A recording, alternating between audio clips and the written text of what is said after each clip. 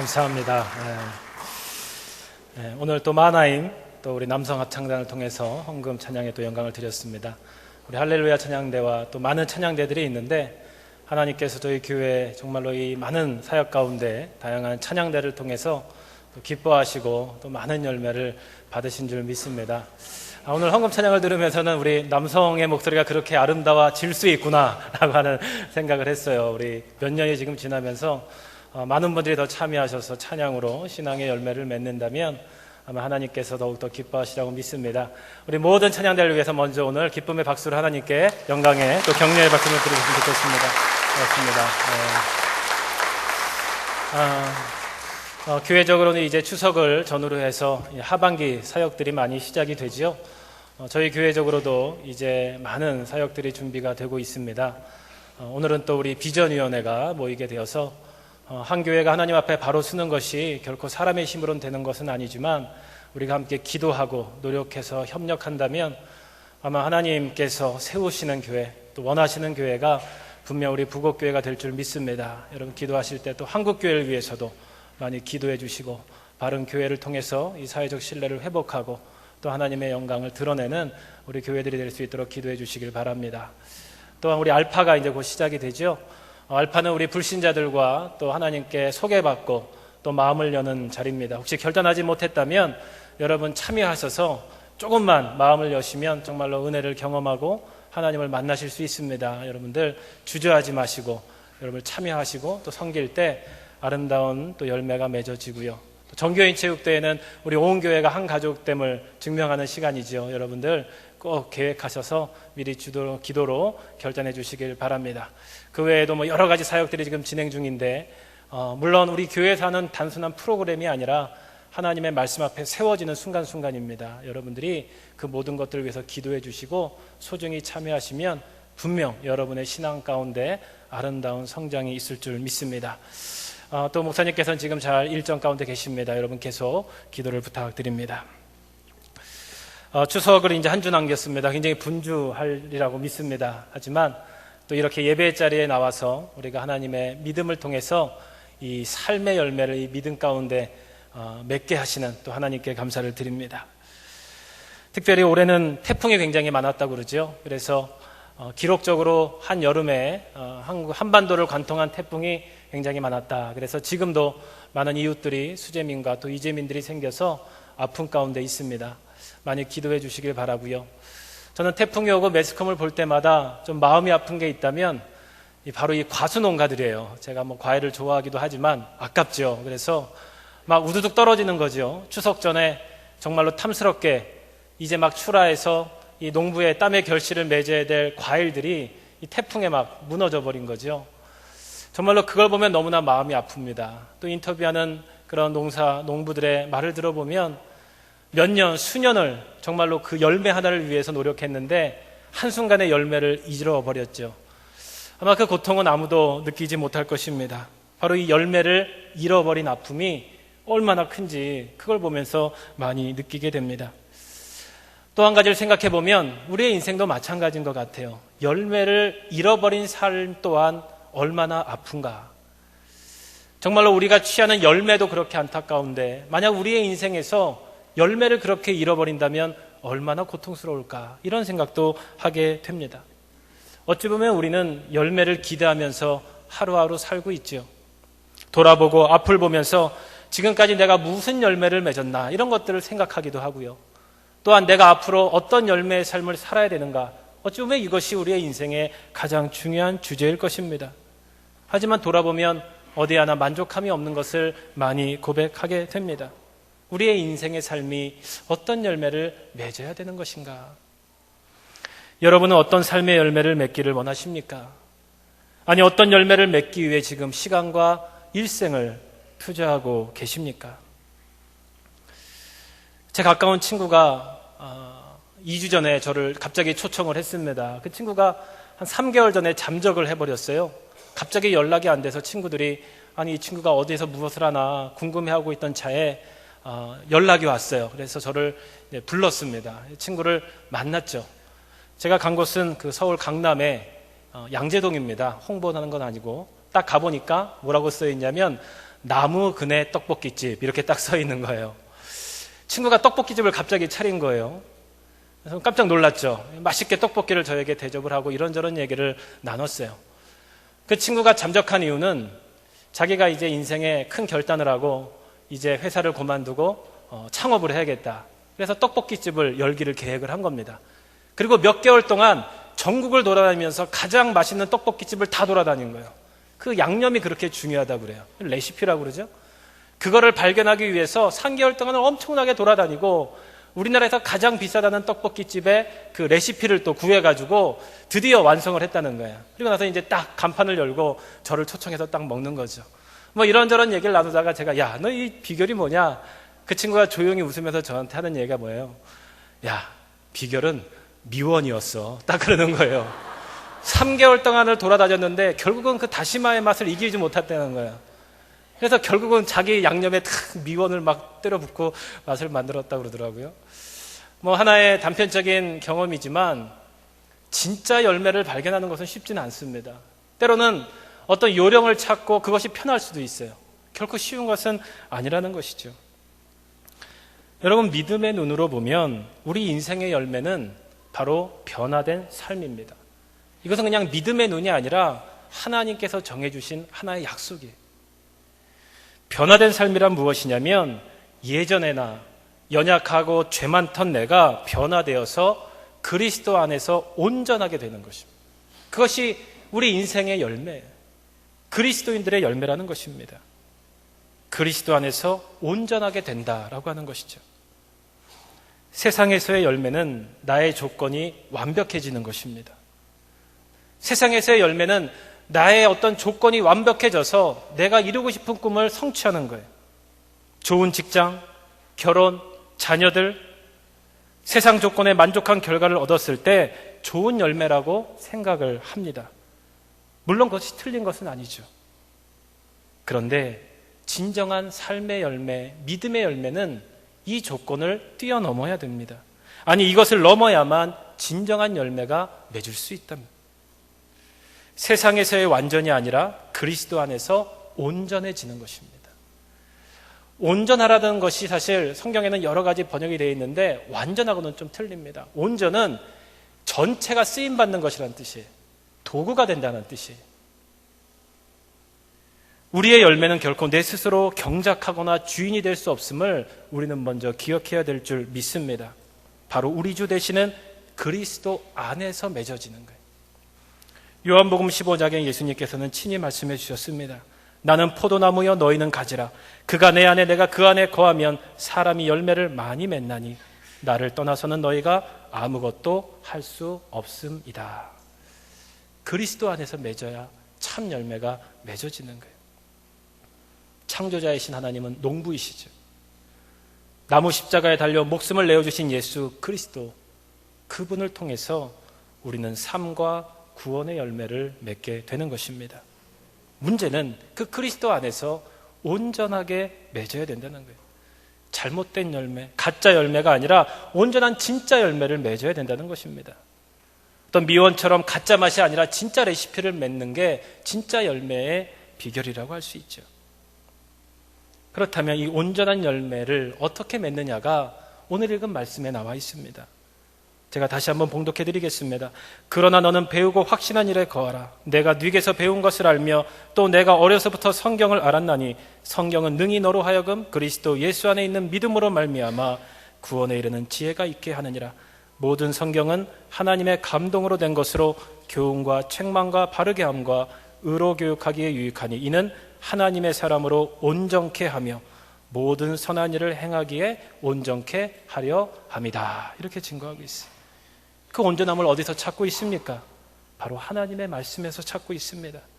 말씀 가운데 거하는 것, 성경 속에서 세상을 보는 것, 말씀의 능력으로 살아가는 것, 바로 그것이 말씀의 열매가 되는 것입니다. 저도 가끔씩 집에를 들어가면 아이들이 공통적으로 하는 게 있습니다. 딱 집에 이제 비밀번호 키를 열고 딱 열면 우다다당 우다다당 소리가 나요. 아이들이 숨는 거예요. 어디인지 다 보입니다. 이제 커가지고 엉덩이가 보이든지 머리카락이 보이든지 보여요. 그걸 보면서 문득 생각했는데 어느 책에 이렇게 써있더라고요. 인간에게는 두 가지의 본능적인 기쁨이 있는데 첫 번째가 뭐냐면 숨는 기쁨이 있대요. 태어날 때부터 인간은 숨을 때 굉장히 쾌감을 느낀다는 거예요. 막 숨는 거예요, 어린아이들이. 또 다른 기쁨의 본능은 뭐냐면 찾는 기쁨이 있다는 거예요.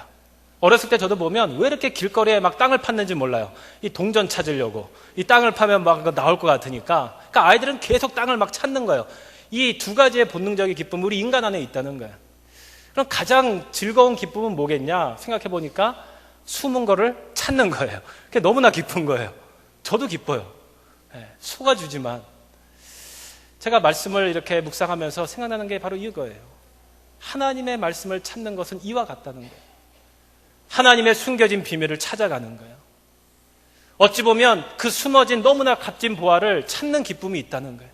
그게 하나님의 말씀을 읽고 우리가 하나님의 말씀을 통해서 온전해지는 방법이라는 것입니다. 바로 이 말씀의 숨은 비밀을 찾아가는 것이죠. 성경 속에서 진리의 깊이를 알고 찾아가는 것입니다. 이 말씀 속에서 온전한 열매의 비밀을 우리가 발견해야 되는 것이죠. 이걸 위해서 우리가 먼저 해야 될 것이 있다면 열매를 맺을 우리의 마음밭을 먼저 점검하는 게 필요합니다. 열매를 맺어야 하는데 우리의 마음밭에 문제가 있다면 절대로 맺을 수 없는 거죠. 마태복음 13장에 보면 말씀의 비유가 나오죠. 말씀의 씨가 여러 가지 마음밭에 떨어집니다. 길가에 떨어지고 돌짝밭에 떨어지고 가시밭에 떨어져요. 다 맺지 못하죠. 길가와 같은 마음이에요. 하나님의 말씀이 떨어져도 무관심한 거죠. 지나가다 그냥 치는 것입니다. 돌밭과 같은 마음은 완약해진 자신의 마음이죠. 하나님의 말씀이 자기의 다친 마음 때문에 맺히지 못하는 거예요. 가시떨기와 같은 마음에는 형식적이고 가식적인 거죠. 듣긴 들어도 진지한 내 삶에 적용이 안 되는 거예요. 바로 이 옥토와 같은 마음이 있어야 하나님의 말씀의 열매가 맺힐 수 있는 것이죠. 하나님의 말씀은 언제나 넘쳐 흐릅니다. 문제는 우리의 마음이 온전치 못하기 때문에 그래요. 마음이 딴 데가 있는 것입니다. 여러분, 아프리카 수단에는요, 나라 한가운데 나일강이라고 하는 아주 큰 물줄기가 흐름에도 불구하고 그 백성들은 평생 물을 가지고 고통스러워한다 그래요. 뭐가 문제입니까? 물이 없어서가 아니에요. 인간의 문제죠. 하나님의 말씀에 문제가 있는 것이 아니라 내 심령의 문제가 하나님의 말씀을 먹지 못하게 하는 것입니다. 어린아이가 어머니의 젖을 먹습니다. 근데 젖을 안 먹을 때가 있어요. 엄마, 젖맛이 바뀌었어. 이게 아니에요. 아이가 아픈 거예요. 어머니의 맛이, 젖맛이 바뀐 게 아니라 입맛이 없어졌어가 아니라 그 아이가 아프기 때문에 젖을 못 먹는 거예요. 하나님의 말씀도 이와 같습니다. 하나님의 말씀이 문제 있는 거 아니에요. 너무나 완벽하시고 너무나 중요한 진리들입니다. 문제는 우리 마음밭에 준비가 안 돼 있음을 우리는 먼저 회개하며 고백해야 될 것입니다. 아모스 8장 11절에 주 여호와께서 가라사대 보라 날이 이를지라 내가 기근을 당해 보내리니 양식이 없어 주림이 아니요 여호와의 말씀을 듣지 못한 기갈이다. 하나님의 말씀을 듣지 못해서 그들이 배고픈 거예요. 영혼이 병든 것입니다. 여러분, 하나님의 말씀은 언제나 살았고 능히 있으며 우리를 회복시키시는 능력의 말씀됨을 믿으시길 바랍니다. 그러할 때 바로 말씀을 통한 열매의 삶을 살 수 있게 되는 것입니다. 마음밭이 준비가 됐다면 이제는 이 준비된 마음에 말씀의 능력이 나타나야 됩니다. 이 말씀의 능력은 우리를 살리는 회복의 능력의 말씀입니다. 그 살리는 말씀을 위해서 우리는 그 말씀을 맛봐야 하는 것이죠. 하나님의 말씀은 살리는 말씀. 에스겔서 47장에 보면 이 강물이 이르는 곳마다 번성하는 모든 생물이 살고 또 고기가 쉼이 많으리니 이 물이 흘러 들어가므로 바닷물이 소송함을 얻겠고 이 강이 이르는 각처의 모든 것이 살 것이다. 하나님의 말씀을 비유하고 있는 거예요. 발목부터 머리까지 차고 성전에서 흘러나가는 것이 생수의 강이 되어서 우리를 살리는 거예요. 하나님의 말씀은 우리를 살리는 거예요. 지난 주간이 전 세계적으로 자살 예방 주간이었습니다. 우리나라에서도 많은 행사들이 있었고 자살 예방 센터들에서 활동을 하고 심포지엄이 있었습니다. 거기에 참여하면서 한 분이 이런 질문을 하셨어요. 만약에 아파트 경비원인데 그분의 고백을 하는 것 같아요. 내가 아파트 경비원인데 만약에 아파트를 딱 관리하다가 어느 순간 저 아파트 5층에서 베란다에서 투신하려고 하는 한 여자와 눈이 마주쳤다는 거예요. 그럴 때 뭐라고 얘기해줘야 됩니까? 이런 질문을 하셨어요. 거기에 있는 패널들이 다 깜짝 놀랐죠. 어떻게 말을 해야 될까? 그 순간에 우리는 어떤 말을 해야 그 사람을 살릴 수 있을까? 이런 질문을 하는 거예요. 그때 옆에 있던 정신과 의사님이 이런 대답을 해주셨어요.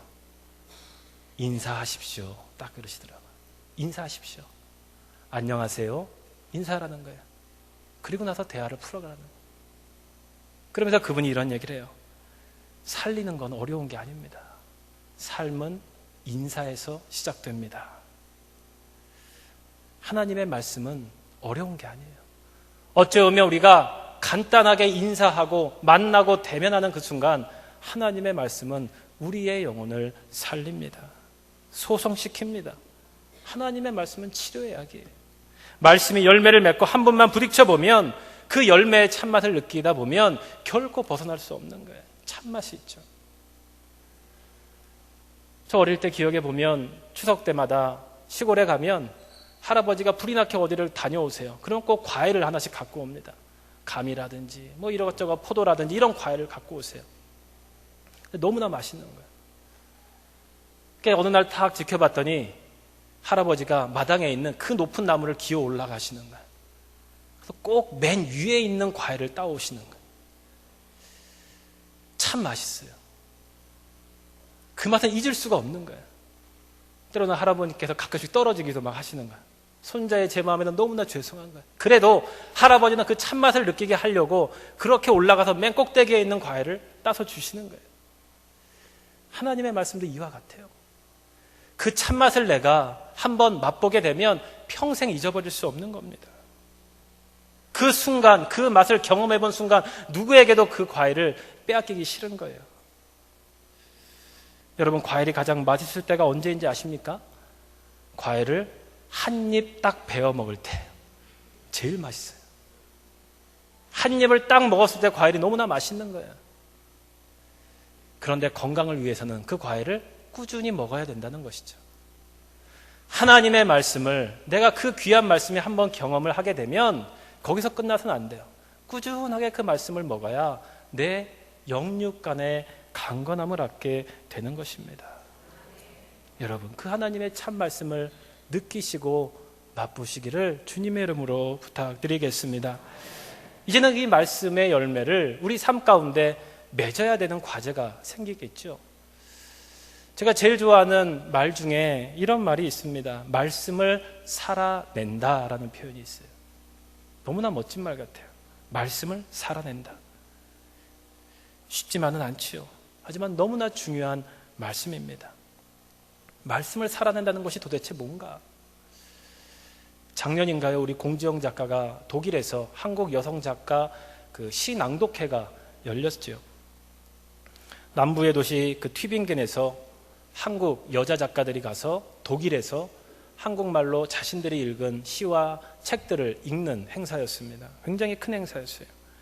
저는 보면서 옆에서 통역을 하거나 또 뒤에서 어떤 번역문을 내보낸 줄 알았는데 그 장면을 보니까 공지영 작가를 딱 불에 비치고 아무것도 없이 한국말로 자기가 쓴 시를 낭독하는 거예요. 더 놀라운 거는 그 생김새도 특이한 독일 사람들이 다 끄덕끄덕거리고 있는 거예요. 이해가 안 가죠. 아니, 알아들을 수 있나? 저걸 이해한다는 말인가? 그게 아니에요. 그들은 그 공지영 씨, 원래 작가의 살아있는 숨결을 느끼고 감동받은 거예요. 그분이 나와서 이런 인터뷰를 하더라고요. 너무나 좋았다고, 딴테 굿이라고, 너무나 좋았다고. 그러면서 이 저자의 살아있는 소리를 들으면서 내가 이 책의 내용을 더 삶으로 느낄 수 있었다고 이렇게 표현하더라고요. 여러분, 하나님의 말씀은 이와 같아요. 소리로 듣고 이해하는 것이 전부가 아닙니다. 바로 살아계신 하나님의 심령으로 성경을 읽을 때 우리는 그 말씀으로 살아갈 수 있는 거예요. 여러분, 하나님의 말씀은 살아 있습니다. 어떤 눈으로나 지혜로 다 해결될 수 있는 건 아니에요. 하나님의 심정으로 읽을 때 그것이 내 안에 살아서 감동으로 전해져요. 예수 그리스도의 십자가와 부활의 사건은 어떤 하나님께서 글로, 어떤 소리로만 주시고자 했던 모습이 아닙니다. 하나님 자신이 직접 삶으로 보여주고 실천하신 사건이었어요. 그러기에 우리는 그 말씀의 사건을 내 삶으로 실천하고 옮길 수 있어야 됩니다. 유진 피터슨이 쓴 메시지 성경에 보면 그가 머릿말에 성경에 대해서 기록해 놓은 글이 있습니다. 좀 길지만 천천히 한번 여러분 묵상해 주시길 바랍니다. 성경도 일단 읽고 귀 기울여 듣는 것이 중요합니다. 공부할 시간은 나중에 얼마든지 있을 것입니다. 우선은 그냥 읽는 것이 중요합니다. 서두르지 말고 생각하면서 읽어보십시오. 하나님께서는 그 큰 세계에 계시면서 우리 눈에 보이는 모든 것에 개입하십니다. 이 땅에 산다는 것, 그냥 왔다 가는 것이 아니라 정말로 산다는 것의 의미를 일깨워 주십니다. 읽다 보면 우리는 알아듣기를 시작합니다. 읽으면 읽을수록 더 그렇습니다. 우리는 하나님과 대화를 나누고 있습니다. 우리에게 가장 중요한 사안들에 관해서 어느새 듣고 대답하고 있습니다. 우리는 누구인가? 어디서 와서 어디로 가는가? 무엇이 우리를 움직이는가? 우리가 사는 세계와 공동체의 원리는 무엇인가? 무엇보다도 우리 가운데 계시면서 우리 힘으로 할 수 없는 일들을 대신해 주시는 하나님의 신기한 사랑에 관해 대화하게 됩니다.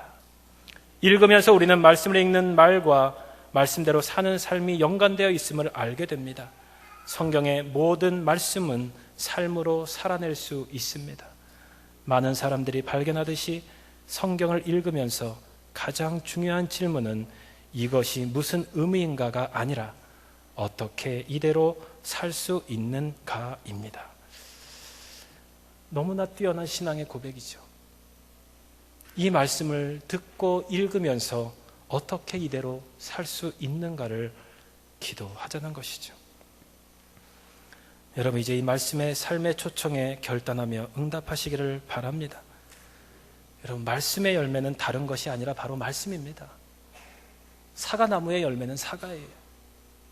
어쩌면 우리가 말씀을 떠난 고통과 어려움의 열매는 고통과 어려움밖에 맺히지 못하는 거예요.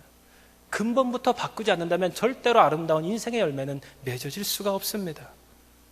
이 하나님의 말씀은 살았고 능이 있기 때문에 이 말씀을 진지하게 듣고 읽고 묵상하시기를 바랍니다. 또한 작지만 이 말씀의 삶을 실천하는 삶의 습관을 하나씩 성취하시기를 바랍니다. 하나님께서 성경을 통해서 우리에게 말씀하신 것은 어려운 게 아닙니다. 구약에 보면 나는 너의 하나님이라고 하는 거예요. 나는 너의 하나님이다. 그걸 믿으라는 거예요. 그 믿음을 가지고 너는 거룩한 나라 제사장 백성이 되라. 거룩한 백성 제사장 나라가 되라는 거예요. 우리에게. 이 하나님의 약속이 예수 그리스도를 통해서 하나님 나라를 기대하는 하나님의 백성의 삶을 살라는 것입니다. 이것은 세상의 빛과 소금의 역할을 하라는 거예요. 말씀을 통해서 이 하나님 백성의 온전한 삶, 이것이 우리의 삶으로 나타나야 된다는 거죠. 여러분, 사실 이건 내가 하는 것이 아닙니다. 하나님의 말씀이 해주시는 거예요. 우리는 그저 도구로 사용되면 되는 거예요. 하나님, 내 입술을 주관하여 주시옵소서. 내 행동 하나를 하나님의 말씀으로 주관하여 주시옵소서. 그때 우리의 삶은 변하게 됩니다. 말 한마디가 바뀌게 되고 내 행동 하나가 바뀌게 되고 배려하게 되고 희생하게 되고 남을 돌보게 되고 하나님으로 초대하게 될 수 있는 거예요. 나는 도구입니다. 하나님의 말씀이 나를 움직여 주시옵소서. 그러면 작지만 큰 하나님의 말씀의 열매가 우리 삶의 주위에도 분명히 맺힐 줄 믿습니다. 바로 이 하나님의 말씀의 삶이 우리의 삶을 지배할 때 우리는 결코 인생에서 실패할 수 없습니다. 사랑하는 성도 여러분, 우리는 너무 완전한 세상의 열매말을 쫓고 있진 않았습니까? 그 완전함을 이루면 완전한 행복이 찾아온다고 믿고 있진 않았습니까? 아니, 믿음조차도 세상의 완전한처럼 추구하지는 않았습니까? 이제 온전한 말씀의 열매를 통해서 작지만 큰 삶의 변화의 순간을 기대하며 결단하시기를 주님의 이름으로 축원합니다. 기도하겠습니다. 사랑과 은혜의 하나님 감사합니다. 우리에게 살아있는 말씀을 주시니 감사합니다. 그 충만한 말씀의 열매를 통해서 우리의 삶을 다시 한번 부여잡고 말씀의 권능으로 승리하는 우리 인생들 될 수 있도록 인도하여 주시옵소서. 우리 교회를 통해서 이 신앙 공동체를 통해서 아름다운 하나님의 열매들이 맺히길 소원합니다. 역사하시고 인도하시고 응답하여 주시옵소서. 예수님의 이름으로 기도합니다. 아멘.